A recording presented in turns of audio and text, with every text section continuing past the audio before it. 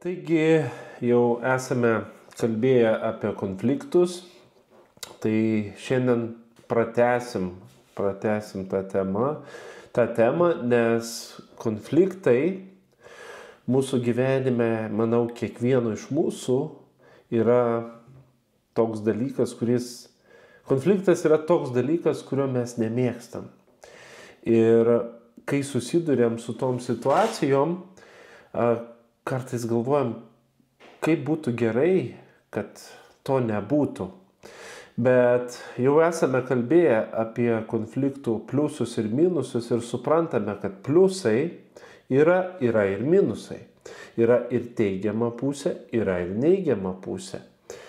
Taigi reikia nepamiršti šito dalyko, kad kiekvienas konfliktas gali turėti teigiamą pusę, taip pat ir neigiamą pusę. Ir kai analizuojam konfliktus, kai bandome juos suprasti, nors jie yra, kaip ir sakiau, nemalonus, nes dažniausiai liečia neigiamas emocijas, o tų neigiamų emocijų mes nenorim. Bet yra toks posakis, viskas išeina į gerą.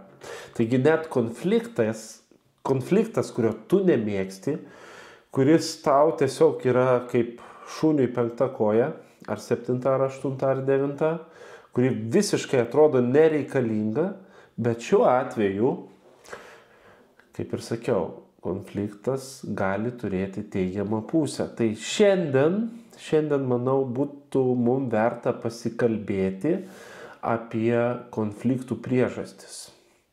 Pabandysim paanalizuoti, iš kur jie atsiranda, dėl ko jie atsiranda, nes jau esame kalbėję ir apie, tarkim, porų santykius, kai pora artėja link tų skyrybų ir tas baisus žingsnis, skyrybos, ir atrodo, niekas jų nenori.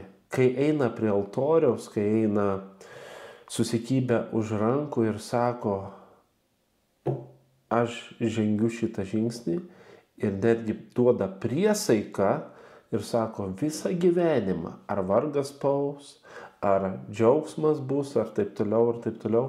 Ir netgi priesaiką pasako, kad ir kas be atsitiktų, būsiu ištikimas ir tave mylėsiu.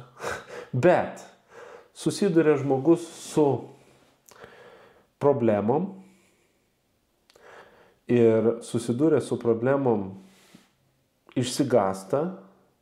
išsigandę supranta, kad tai liečia neigiamas emocijas, atsiranda susidūrimai, o kai atsiranda susidūrimai, žmogus galvoja, man tai nepatinka, man tai nemalonu. O kamgi malonu? Tai aišku, kad nemalonu. Bet ar tu būtum vaikas, ar paauglys, ar suaugęs, ar senelis, ar močiutė, visą gyvenimą mes dėja, bet susiduriam.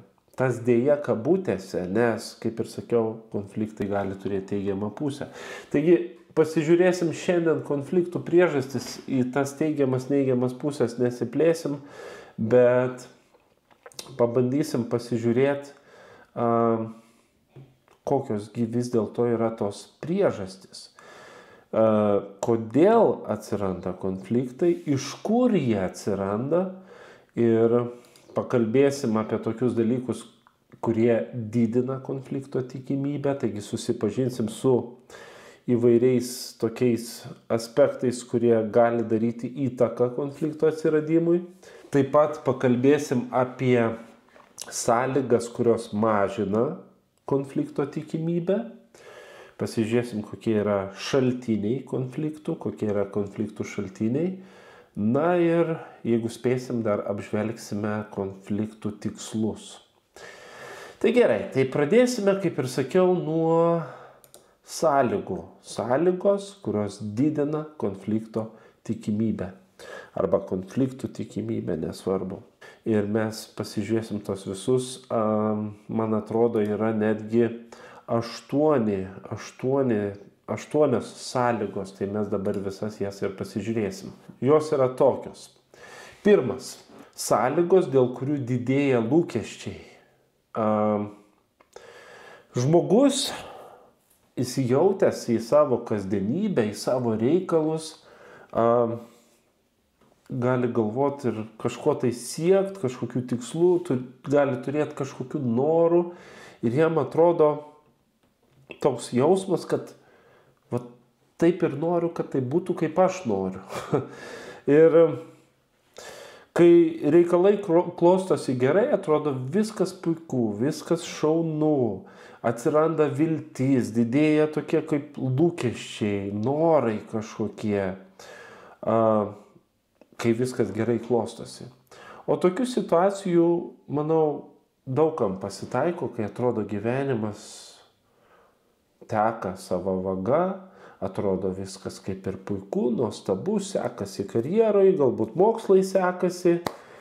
Ir žiūrėk, pasidaro sunku. Sunku susitaikyti, kai kažkas pasikeičia. Po pakilimo, kai atsiranda tas nusileidimas, gali tapti sudėtinga, nes tu jau buvai tenai kažkur tai ir staiga kažkas tavo gyvenime atsitinka, kad tu šiek tiek keliais laipteliais nulipi žemyn. Taigi gali pasidaryti nelengva, sunku ir paaiškėja, kad tas taškas, kuriame tu buvai, žiūrėk, kad jau ten tu nori grįžti tą tašką ir neišeina. Tai žmogus patekęs į tokias sąlygas, kai kažkada buvo aukščiau, kažką pasiekė, atrodo viskas sėkmingai klostėsi, staiga kažkas gyvenime atsitinka, kažkokia nelaimė, kažkokie nesklandumai, netikėtumai ir atrodo žmogus staiga, kaip sakant, nulipa žemyn. Ir jis nori vėl grįžti, bet jam neišeina. Ir kas tada atsitinka? Ogi atsitinka, kad žmogus jaučiasi nelabai gerai. Jis galbūt praranda kažkokį saugumą.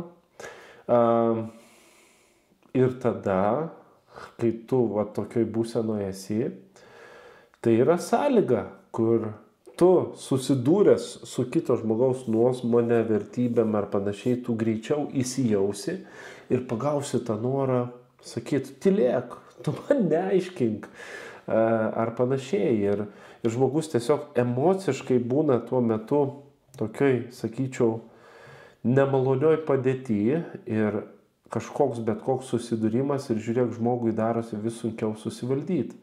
Taigi, būtent toks pirmas aspektas, kurį išskiria Rubinas, Pruitas ir Kim, jie sako, kad žmogui tokie atsitikimai įveda į tokią būseną, kuri po to didina tikimybę, kad žmogus susidūrė su situacija, greičiau bus linkęs konfliktuoti. Einam prie sekančio aspekto. Tai antras aspektas yra neaiškumai įvertinant jėgų santykį. Tai sąlyga, kai susiduria, tarkim, du asmenys, du žmonės ir vienam ir kitam atrodo tuo metu, kad sąlygos palankios jam, o kitam atrodo, kad sąlygos palankios jam. Ir atrodo, kad vienas galvoja, aš esu karalius ir kitas galvoja, ne, tai aš esu karalius, aš čia esu kietas, o jis tai ten nieko ten. Tai ir kas gaunasi, abu pradeda matyti panašiai, arba nepradeda, arba tiesiog jau mato savo poziciją tokią, kad jisai yra teisus, kad jisai yra šeimininkas ar panašiai. Ir tas jėgų santykis yra palankus, atrodo, kad abiem. Ir vienas taip galvoja, ir kitas taip galvoja. Ir kiekviena šalis gali ir nepasiduoti, nematyti tos realybės tikros.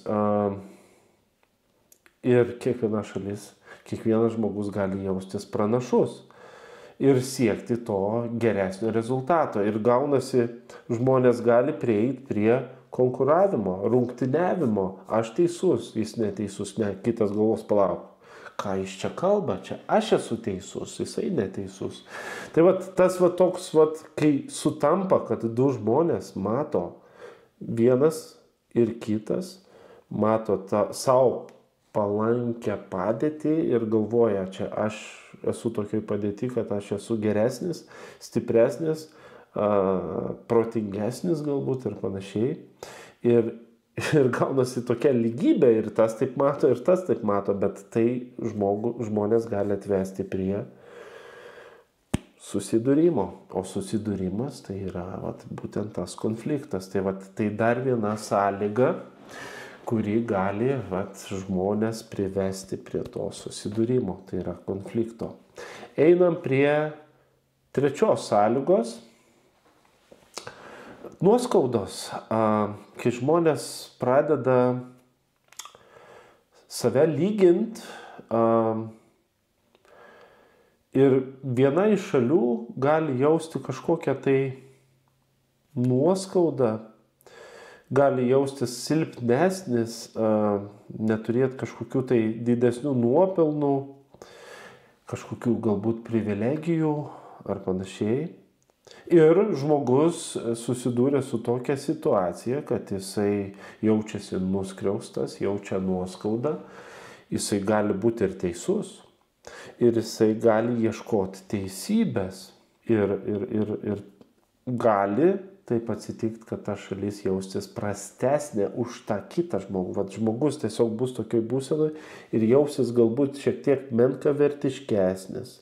Liaudiškai pasakysiu, liuzeris, nevykėlis, ir jisai galbūt tokioj situacijoje taip jausdamasis gali ieškoti teisybės, nes nėra to palankumo, nėra kažkokių sąlygų ir jaučiasi ta neligybė ir žmogus jaust pradeda nuoskaudą. Tačiau, aišku, gali realybė ir būti kitokia, kad žmogui atrodyt, kaip suprantam, žmonėm gali atrodyti įvairiai.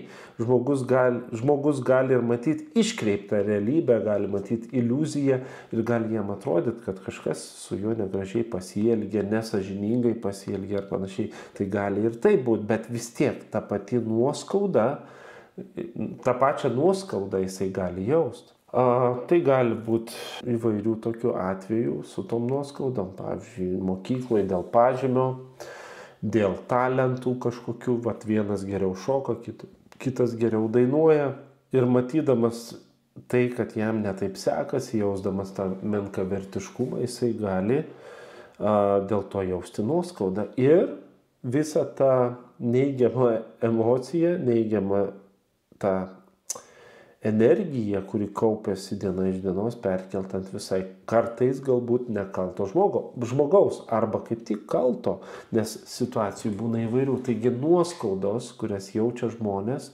dėl neteisybės arba dėl įsivaizduojamos neteisybės įvairiai gali būti, gali tai vesti prie konfliktinės situacijos.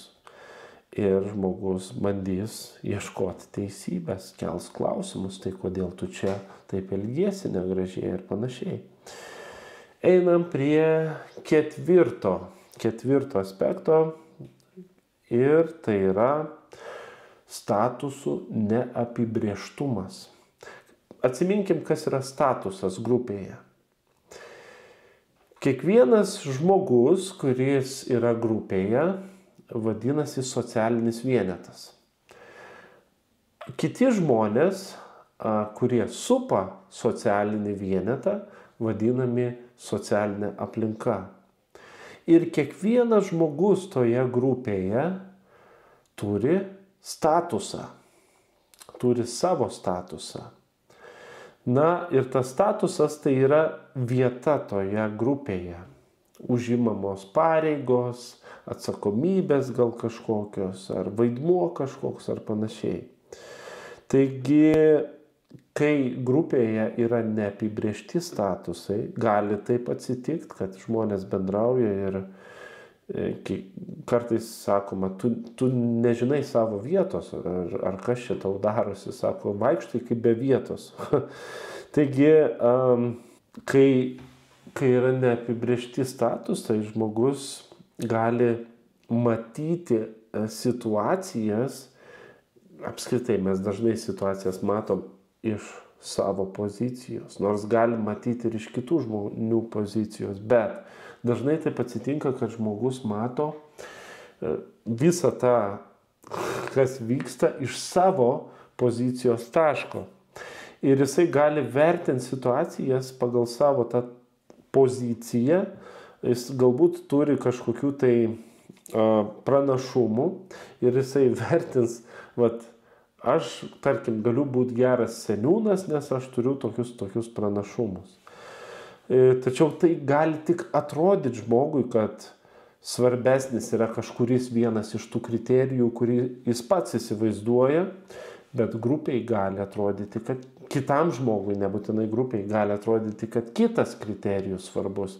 Ir dėl tų statusų neapibrėžtumų kartais gali būti nesusikalbėjimų, dėl ko gali atsirasti konfliktai, dėl ko gali žmonės, keldami klausimus, bandydami išsiaiškinti, šiek tiek susikonfliktuoti.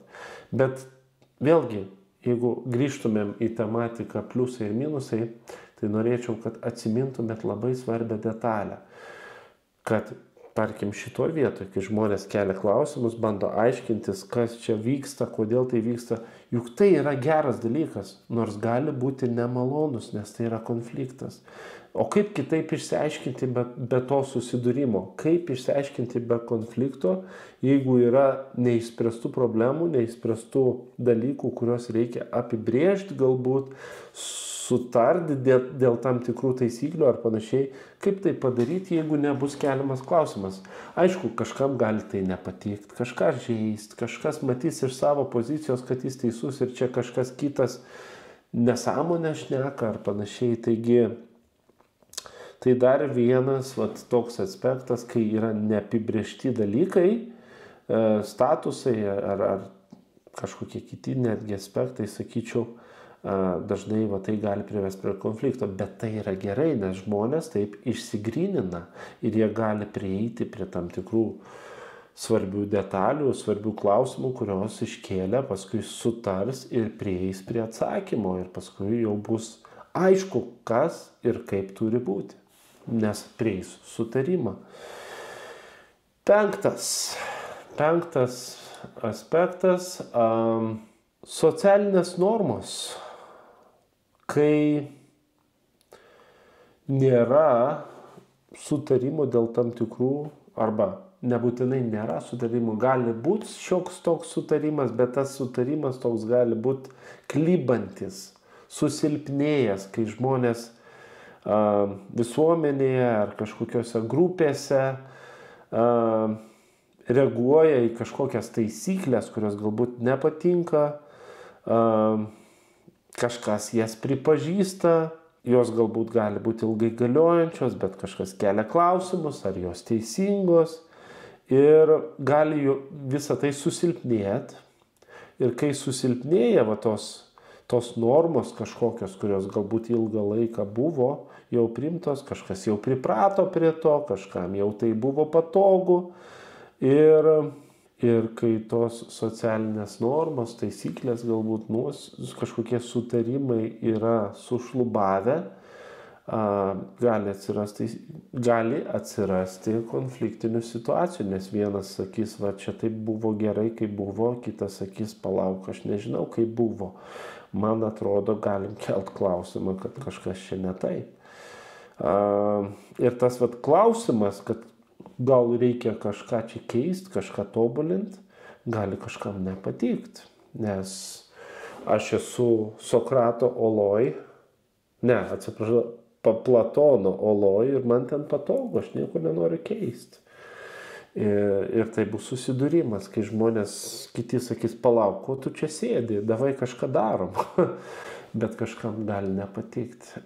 Ir tai prives prie normų, kurios buvo įprastos susilpnėjimo, bet vėlgi, galim matyti čia pliusą, nes galbūt žmogus išeis iš tos olos, išeis iš to burbulo arba išeis iš savo to komforto zonos, kad ir kaip be pavadinsi. Bet vėlgi, išėjimas iš ten yra nemalonus. Gali žmogui būti nemalonu tą daryti.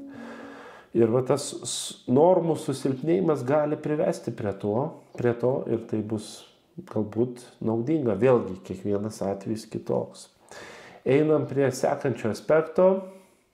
Viskas arba nieko, toks mąstymas yra. Kai žmogus galvoja, aš noriu turėti viską arba geriau nieko. Kas bus, tas bus, bet aš turiu laimėti, aš turiu būti čempionas, aš turiu būti geriausias, man nieks čia neaiškins, aš esu profas. Ir vat toks mąstymas, viskas arba nieko, kai nesutaranti šalis nori laimėti, o kai pralaimi, kai susiduria su pralaimėjimu, gali pradėti ieškoti teisybės, palauk. Ašgi čempionas, ką tu čia darai, kas tu toks, kad čia atėjai toks, vat, ir sugadinai viską. Ir žmogus norėdamas, tarkim, išvengti pralaimėjimo, gali siekti pakenkti kitai pusiai. Gali netgi griebtis smurto, agresijos, gali elgtis agresyviai. Vėlgi tai priklauso nuo žmogaus asmenybės, koks jisai. Vienas galbūt imsis vienų kažkokių tai būdų, kitas rinksis kitų, bet va tas viskas arba nieko, aš karalius, aš vadas, aš geriausias, aš tobuliausias ir taip toliau. Ir žmogus susidūrė su problema, kai atrodo, tu nesi profas, tu nesi geriausias, jam gali tai nepatikti. Ir jis nenorės keisti savo požiūrio galbūt, nenorės atsisakyti to, nenorės priimti pralaimėjimo ir bandys kabutėse ieškoti tiesos. Tai va tas viskas arba nieko žmonės kartais pripranta, net nuo mažens galvoja, aš turiu gauti 10, aš turiu būti profas, aš turiu būti idealas, tas pedantiškumas kartais gali privesti prie to mąstymo viskas arba nieko. Bet gyvenime taip neišeina. Vienas iš tokių stresinių aspektų yra noras visą laiką pirmauti. Ir tai nėra gerai. Tai tas viskas arba nieko principas gali žmogų tiesiog vesti į konfliktinės situacijas. Tai viena iš sąlygų, kai žmogus gali tapti labiau konfliktiškas ir eiti į tos konfliktus. Nes įsivaizduokit žmogų, kuris mato viską, jis turi idealiai viską padaryti. Ir susidūrė su problema, susidūrė su sunkumu, susidūrė su geresniais, kuriem geriau pasiseka kažką padaryti. Tarkim, kad ir laimėti šachmatų partiją. O jam gali nepatikti. Ir jis tada jausis nuskriaustas, nes jis negavo to, ko norėjo. Tai vat, principas viskas arba nieko, toks mąstymas. Yra tokių žmonių, kurie taip mąsto ir susidūrę su pralaimėjimu, jie labai gali stipriai išgyventi ir eiti į tą konfliktą, konfliktuoti, nors galbūt ten konflikto ir net nebūtų. Einam prie sekančio aspekto. Tai bendravimas. Bendravimas grupėje. Kai kuo daugiau žmonės būna kartu, kuo daugiau žmonės leidžia laiką, tuo didesnė tikimybė, kad bus konfliktai. Nes tu būni tarp žmonių, ten vis tiek vyksta bendravimas, kažkas pasako, kaip jaučiasi, kažkas pasako, kokia muzika patinka, kažkas pasako, koks prezidentas patinka, kažkas pasako, koks maistas patinka, o kažkam gali nepatikti tavo pasakymas. Ir tai natūralu. Mūsų nuostatos, mūsų požiūriai yra skirtingi. Ir tai irgi gerai, nes kai yra skirtingos nuostatos, žmonija gali judėti į progresą, ne į regresą, ne į destruktyvumą, o į progresą, nes yra keliami klausimai, tai kur yra tiesa ir tai nėra blogai. Todėl vėlgi grįžtam prie to pačio, per aplinkui vėl grįžtam prie to pačio, kad konfliktai turi teigiamą pusę. Ir ta sąlyga, kad žmonės tiesiog būdami kartu ir bendraudami, turės konfliktų, yra neišvengiama. Jeigu tu būni tarp žmonių, augi tarp žmonių, vystimasis vyksta tarp žmonių, vaikas augdamas šeimoje, natūralu, kad susidurs su konfliktiniam situacijom, nes turės brolius, seserų, su kuriais nesutars galbūt dėl sausainio, nežinos, kaip čia geriau pasidalinti tą sausainį. Kaip čia, kokį filmą žiūrėti, vienas nori vieną filmą žiūrėti, kitas nori kitą žiūrėti filmą. Ir tas sakys, šitas įdomesnis filmas, kitam sakys, ne, šitas serialas įdomesnis. Ir kas gaunasi, ir gaunasi konfliktinės situacijos. Taigi, kuo žmogus ilgesnį laiką būna tarp žmonių, jeigu yra bendravimas tarp žmonių, tai ir konflikto tikimybė atsiranda. Ir tai yra normalu. Ir tai yra iš vienos pusės gerai. Tai va, tai buvimas tarp žmonių, bendravimas su tai žmonėm didina konflikto tikimybę grupėje. Na ir 8 aspektas, tai lyderiai. Žmonės arba individai, kurie lyderiauja grupėje ir gali kilti konfliktai, jeigu tas lyderis jaus neteisybę, bus įsitikinęs, kad su jo grupe elgiamasi nesąžiningai, neteisingai, taigi jis jaus tą deprivaciją, tą netiesą ir tada jisai bandys kažką daryti. Nes jis yra lyderis ir jis jaus nesąžiningumą ir jisai norės gero savo komandai, savo grupiai. Tai irgi gali tai privesti grupę prie konflikto, nes lyderis, matydamas visą tai, gali grupę judinti ir išjudinti link konflikto, kuris prives prie konflikto su kita grupė, pavyzdžiui. Ir gali atsirasti ta kova. Taigi gali būti grupė spaudžiama, kad jie negauna kažko, kad jie verti kažko didesnio ar panašiai. Ir tai gali vesti prie konflikto. Taigi lyderis taip pat gali daryti įtaką konfliktui atsirasti. Na tai va tokie 8 tokios sąlygos, kurios didina konflikto tikimybę pagal Rubiną, Pruitą ir Kim. Jie išskyrė šitos 8 sąlygas, tai sąlygos, kurios didina konflikto tikimybę, tai yra pirmas sąlygos, dėl kurių didėja lūkesčiai, neaiškumai įvertinant jėgų santykį, nuoskauda keliantis palyginimas, statusų neapibrėžtumas, visuotinis susitarimas dėl socialinių normų susilpnėjimas, kai susilpnėja tas susitarimas, mąstymas pagal principą viskas arba nieko, bendravimas grupėje, grupės bendravimas, na ir lyderiai, individai, kurie tampa grupės lyderiais. Tai va, tai tokios yra 8 sąlygos, kurios didina konflikto tikimybę. Na, o dabar prieisim prie sąlygų, kurios mažina konflikto tikimybę. Taigi reiktų aptarti sąlygas taip pat, kurios ir mažina konflikto atsiradimo tikimybę. Jeigu pakalbėjom apie sąlygas, kurios didina, tai pakalbėsime ir apie kurios mažina. Taigi pradedam. Sąlygos, kurios mažina konflikto tikimybę. Pirmas, visuotinis susitarimas dėl socialinių normų, kai yra konkrečiai susitariama, kas, kaip, kodėl ir taip toliau.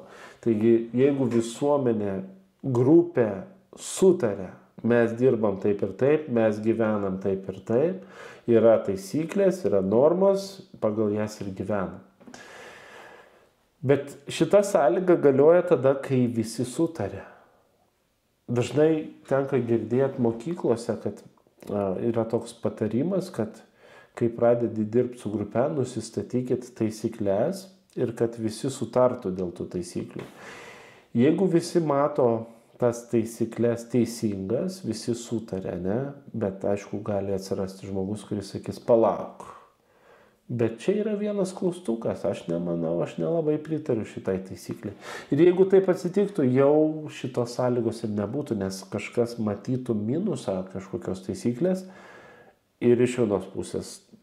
Tai irgi gali būti gerai, nes galbūt tą taisyklę reikia pašlifuoti, galbūt ta taisyklė nėra labai gera.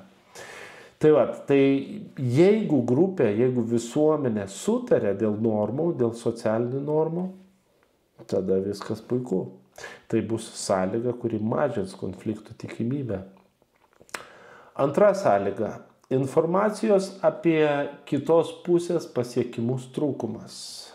Vienas iš būdų, kaip galima išvengti skaudinančių palyginimų, paprasčiausiai yra informacijos neturėjimas. Tu neturi informacijos, tai tau ir neskauda galvos, kaip sakant. Tau tai nedaro įtakos. Ir galbūt tau tai nesugadins nuotaikas ir panašiai. Tai informacijos apie kitos pusės pasiekimus, trūkumas, kai tu, ta kita pusė turi kažkokių pasiekimų, tau tai nesukels pavydo, pavyzdžiui. Jeigu nesukels pavydo, tai tu ten ir tau ramu bus, tu nesinervuosi dėl to ir tau nebus problema. Trečia sąlyga, kuri mažina konflikto tikimybę, tai yra, kai žmonės nebendrauja. Fizinė arba psichologinė atskirtis, dar vadinama segregacija. Tiesiog žmonės nesusitinka, neturi reikalų, kuo mažiau bendrauja, tuo mažėja ir tikimybė, kad atsiras konfliktai. Tai tiesiog, nes tu nebendrauji, tu neturi reikalų su tuo žmogum, tai kaip tu su juo piksis. Atsimenat, viena iš didinančių sąlygų buvo bendravimas, buvimas grupėje, buvimas kartu. O šiuo atveju atvirkščiai, jeigu žmonės nebendrauja, neturi reikalų, tai ir nėra ko nervuotis, nėra ir konflikto. Tai kai nėra žmonių bendravimo, nėra laiko kartu, tai žmonės savo ir neturi problemų. Gerai, einam prie ketvirto aspekto. Griežtas statusų sistemos buvimas. Kodėl šita sąlyga mažina konflikto tikimybę? Ogi todėl, kad tokia statusų sistema sumažina galimybę lyginti skirtingos statuso grupės. Nes nėra ką lyginti, jau yra nustatyta griežtai ir tu čia nebandysi į kitą vietą nueiti, kaip sakant, kitos pozicijos užimti, nes galbūt yra kažkokios taisyklės, jeigu tu ten nori papult ar kažką, tu turi įgyvendinti kažką, įveikti kažką, tada taip, bet jeigu dabar tokioj situacijoje esi, tai jau ir esi, nėra ką kelt klausimų, galbūt ir net nekyla klausimai, yra kaip yra. Žmogus, kaip sakant, užsidaro į tą burbulą, arba jis uždaromas į tą burbulą ir jis nieko, jeigu padaryti negali, jam nėra galimybių kažką klausti, kažką daryti, tai jis ir nekels klausimų, nes jam tai taps įprasta ir tai taps norma. Klausimas, ar tai gerai? Iš vienos, vėlgi, viena taisyklė, kiekviena situacija yra kitokia ir tai gali būti ir gerai, ir blogai. Blogai dėl to, kad gali tai stabdyti progresą, gali sustagarėti viskas ir ta prasme, nėra tobulėjimo. Gerai, einam prie sekančio aspekto, tai socialinis mobilumas.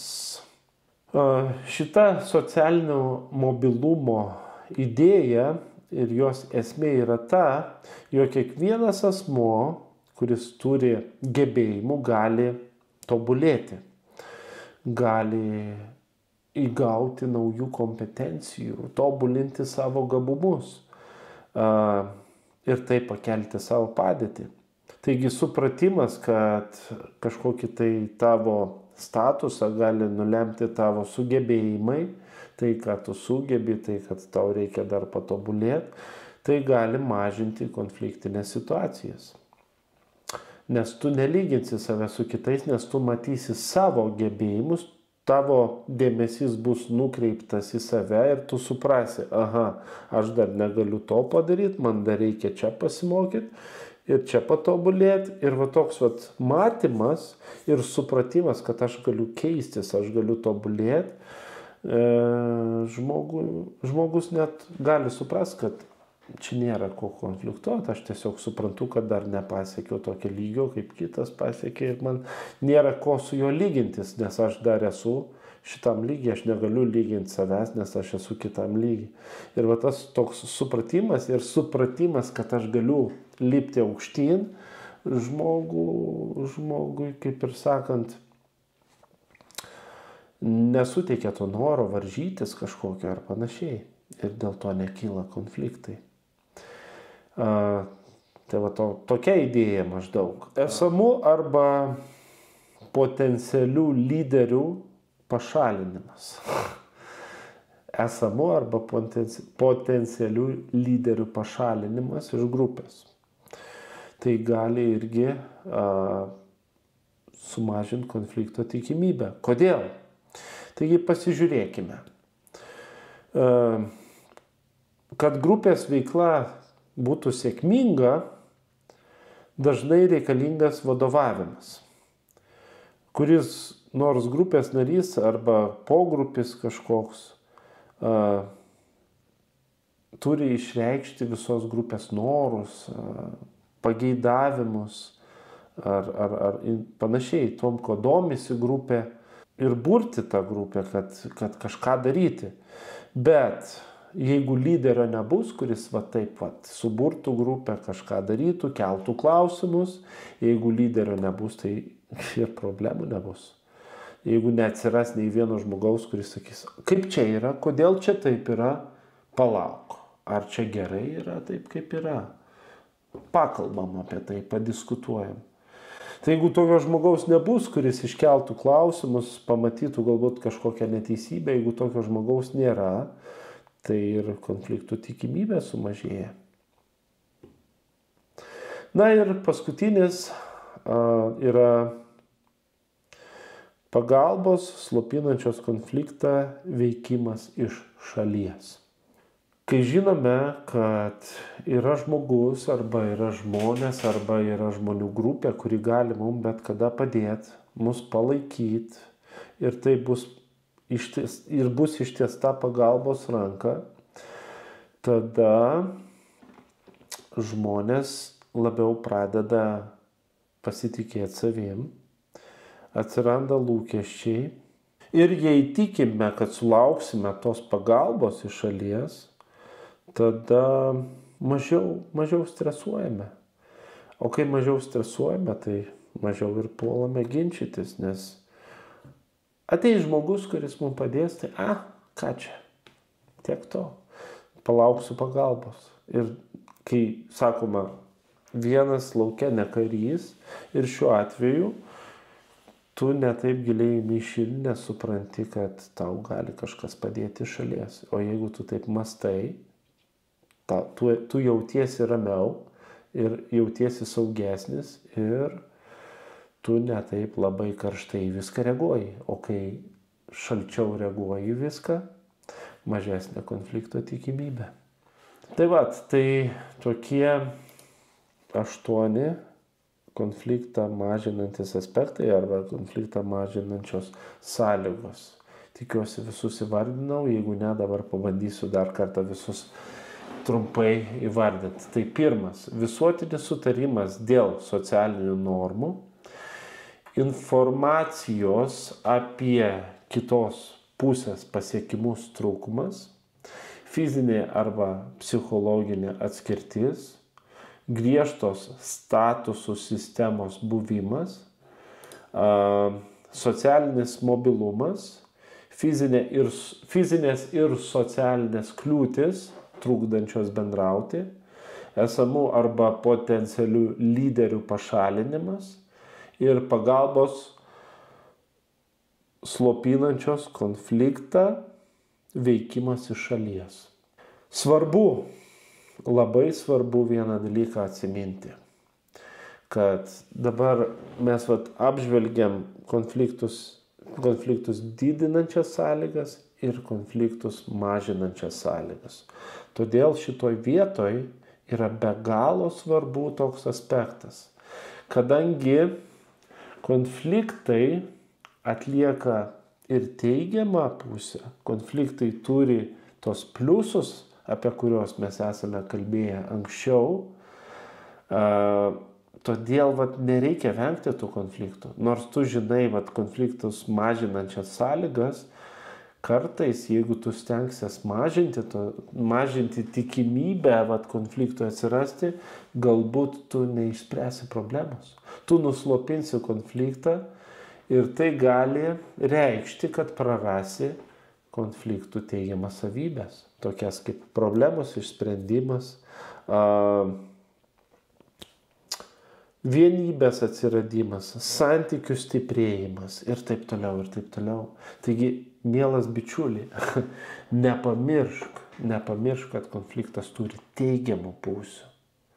Ir ne visada verta bėgti nuo konfliktų. Nuo konfliktų nereikia bėgti, juos reikia spręsti. O žinome, kad yra 5 konfliktų tokie sprendimo būdai arba 5 konfliktų sprendimo strategijos. Tai rungtyniavimas, vengimas, prisitaikymas, kompromisas ir bendradarbiavimas. Pats geriausias yra bendradarbiavimas, į kurį reikia įdėti energijos, į kurį reikia įdėti laiko, jėgų, reikia mokėti klausytis, reikia mokėti atsiverti, išsakyti savo pozicijas, reikia priimti kito žmogaus pozicijas ir tai yra ilgesnis procesas, sudėtingesnis galbūt, bet kuris gali atvesti į geriausią sprendimo būdą. Gerai, tai judam toliau, pakalbėkime apie konfliktų šaltinius. Tai pavyzdžiui yra tokie aspektai kaip informacijos konfliktai, santykių konfliktai, struktūros konfliktai, interesų konfliktai ir vertybių konfliktai. Tai tokie pagrindiniai šaltiniai pagal Mūrą. Autorius išskyrė šitos šaltinius, šitas priežastis. Tai informacijos konfliktus dabar apžvelkime. Tai kas įeina į tos informacijos konfliktus? Tai informacijos stoka. Kai tu neturi informacijos, tarkim, apie kito žmogaus savijautą, apie kito žmogaus nuostatą, apie kito žmogaus supratimą, tu gali įsivaizduoti, kad tu supranti jį ir tavo įsivaizdavimas gali būti klaidingas. Ir kai tu neturi tos tikros informacijos, jos trūksta, natūralu, kad gali būti konfliktai. Ir dėja, bet tokių konfliktų pasitaiko labai dažnai dėl tų nesusipratimų, o tie nesusipratimai dažnai būna dėl informacijos stokos. Sekantis aspektas, tai neteisinga informacija. Gali kažkas tave apgauti, gali būti sugedęs telefonas, gali būti gandai, gali būti pletkai, kad ir kaip tu be pavadinsi, gali būti tiesiog propaganda, dabar dažnai girdimas žodis. Ir kai tu susiduri su neteisinga informacija, tu atsisėdi su to žmogum, pradedi kalbėti ir tu jau su to nusiteikimu, klaidingu matymu su juo bendrauji. Ir jis galbūt pradės jaust priešiškumą, galbūt jisai jaus tą neteisingą supratimą, dėl ko po to atsiras konfliktas. Jau tiesiog užprogramuotas konfliktas, nes tu galbūt arba jisai turi neteisingą informaciją apie kažkokį tai svarbią detalę. Skirtingas informacijos supratimas arba interpretavimas. kai žmonės neteisingai interpretuoja. Žinome, kad kai mes klausome kitas žmogus kažką mums pasako ir mes galim klaidingai interpretuoti, ne taip suprasti ir panašiai. Gali būti skirtingas požiūris į tai, kas svarbu. Gali būti skirtingi įvertinimo būdai arba procedūros. Ir visa tai gali privesti prie konflikto dėl informacijos, dėl neteisingos informacijos. Santykių konfliktai. Santykių konfliktai gali kilti dėl stiprių emocijų, kai žmogus, jau ne vieną kartą esu davęs tą pavyzdį, ateina žmogus namo ir jam namiškiai sako, ko norėsi vakarienės. Jisai sako, nenoriu jokios vakarienės, ką tu čia su savo vakarienė, man nieko valgyti nenoriu, noriu ramiai pagulėti. Kodėl taip atsitinka? Jis jau ateina įsijaudrinęs, visą dieną galbūt stresavo žmogus, buvo stresiniai būsenoj ir atėjo jau su ta stipria emocija ir atėjęs namo, išgirsta, ko norėsi vakarieniai. Ir čia būna paskutinis lašas jam į taurę ir ta taurė išsipila. Taigi stiprios emocijos susikaupimas gali privesti prie konfliktinės situacijos santykiuose su artimiausiais netgi žmonėmis. Sekantis aspektas, kalbant apie santykius, tai būtų stereotipai, klaidingas suvokimas, vėlgi tas pats. Kažkoks stereotipinis mąstymas, iškart priimu išvadą, net neapmąstęs, neapsvarstęs, nes turiu kažkokį tai stereotipą sugalvojęs ir pagal jį gyvenu.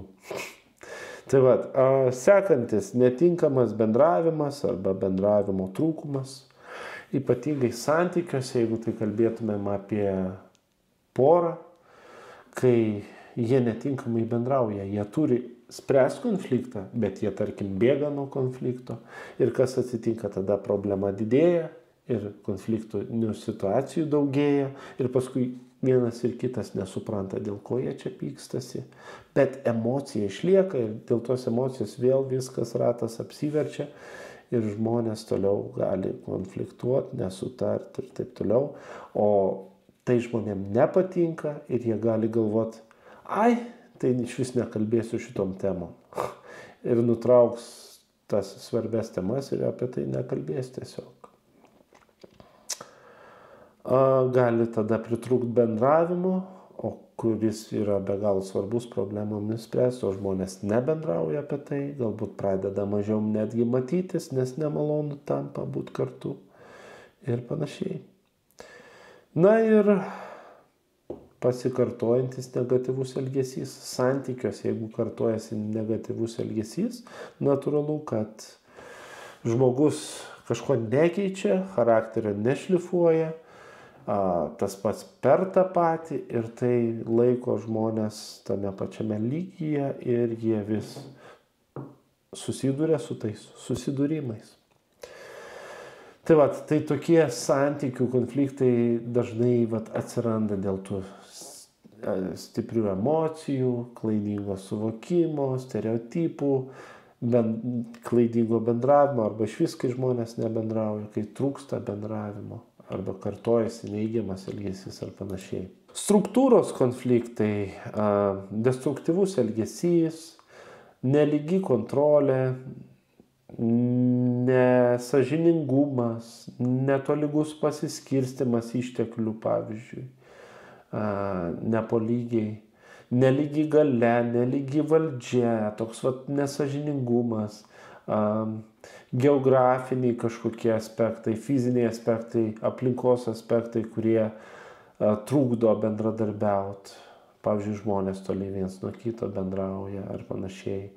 Laiko suvaržymai, laiko neturėjimas konfliktams spręsti, o tai yra be galo svarbu. Ir, pavyzdžiui, žmogus skuba, lekia, turi atsakomybių ir taip atidėlioja sprendimus. Tai irgi gali vesti prie konfliktų. Interesų konfliktai, tai varžymasis kažkoks, tai dėl psichologinių interesų, dėl skirtingo supratimo turinio kažkokio tai ar panašiai, kai susikerta tie interesai dėl skirtingo matymo. Vertybei, tai yra vertybiniai konfliktai, tai gali būti dėl gyvenimo būdo, skirtinga ideologija, religiniai suvokimai, tikslai galbūt skirtingi, matymas, kaip reikia gyventi ir panašiai. Tai irgi gali vesti prie konflikto. Kažkokius kriterijus žmonės sugalvoja, išsikelia ir tai sunkina jų būvį.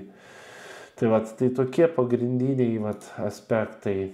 Taigi konfliktų priežastys gali būti įvairiausios ir su tais konfliktais, vėlgi žiūrint, kokioje situacijoje žiūrėsi, ar tai dėl informacijos, dėl santykiuose konfliktai kylantis, interesų susikirtimai, vertybiniai aspektai, galios pasiskirstimas, aš geresnis, tu blogesnis. Taigi apžvelgiam pagrindinės konfliktus skatinančias sąlygas, taip pat konfliktus mažinančias sąlygas. Na ir manau, šį sykį čia ir padarysim pauzę, o ateityje žiūrėsim, kaip čia seksis mums pratęsti šitas temas. Tai šiandien sakysiu jau kaip ir ačiū uždėmesi. Ačiū uždėmesi ir visiems linkiu konfliktuose nepamiršt svarbiausios taisyklės, kad konfliktai turi teigiamas pusės ir nuo konfliktų nereikia bėgti, konfliktus reikia spręsti. O kad spręsti konfliktus reikia išminties. Niekas negimsta mokantis šitos dalykus spręsti. Žmogus per gyvenimą praeina daug konfliktų ir iš to mokosi, šlifuoja savo charakterį, bando nušlifuoti. Ir gerai, kai šlifuoja, gerai, kad mokosi iš savo klaidų, galbūt pastebi tokias detalės, kurias anksčiau pastebėjo, ką klaidingo darydavo ir gali kažką pakeisti, patobulinti savo santykiuose su artimaisiais, su bičiuliais, su draugais. Ir taip mes tobulėjame. Mūsų ir iššūkis yra tobulėti, artėti prie tos brandžios asmenybės. Ir mokydamiesi šiandien apie šitos aspektus, apie kuriuos kalbėjau, tikiuosi jums buvo naudinga, kažką apmąstyti apie galbūt savo patirtis. Tai linkiu jums ir toliau augti, šlifuoti savo charakterį ir eiti tuo geresniu keliu. Tai šiandien tiek, ačiū uždėmesi ir iki kito karto. Ate.